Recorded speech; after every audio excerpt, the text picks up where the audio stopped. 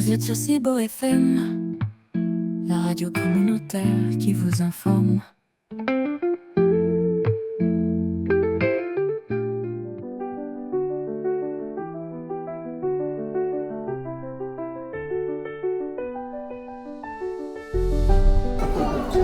Moi, c'est Guy-Yves Blouin.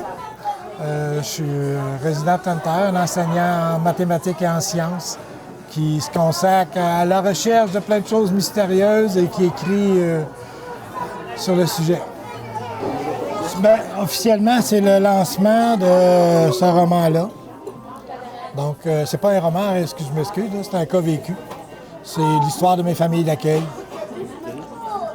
Donc, c'est aujourd'hui officiellement le lancement. C'est un peu suite à une certaine pression de mon entourage. À force de raconter mon histoire, ils ont exprimé le désir d'en connaître davantage. Puis c'était un peu dans le prolongement aussi des scandales de la DPJ. Donc, j'ai voulu apporter un témoignage.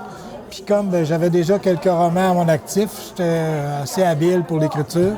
Fait que je me suis fait peut-être bien modestement le porte-parole de certaines personnes qui ne pouvaient pas s'exprimer aussi facilement. C'est ma ville natale. Je suis venu au monde ici. Je demeure ici. J'ai été parti peut-être 25 ans à peu près de Sainte-Terre, mais depuis ma retraite, je suis revenu ici à Sainte-Terre.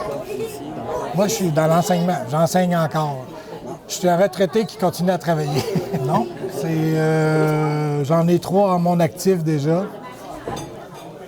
qui ont été publiés avec une maison d'édition qui a malheureusement fait faillite l'automne passé. Donc, je suis à la recherche d'éditeurs. Le premier, oui, celui-là ici, c'est ma première auto-édition. C'est moi qui l'ai pondu de A à Z, au complet, la page couverture, la mise en page, tout, je l'ai tout fait jusqu'au bout. Le besoin d'écrire, ça vous est venu comment? De l'adolescence, justement pour un peu extérioriser une colère qui était présente. Puis dans mes premiers romans, je me suis créé un personnage que je m'étais créé jeune, enfant. Puis je l'ai mis dans un contexte où j'ai pu écrire des histoires puis le rendre vivant. C'est un personnage qui s'appelle le pèlerin, là, j'en parle abondamment ici. Là. C'est une façon un peu d'extérioriser une colère là, que j'avais. Puis ça a été un peu ma bouée de sauvetage pour pas tomber dans une certaine dépression ou une certaine violence.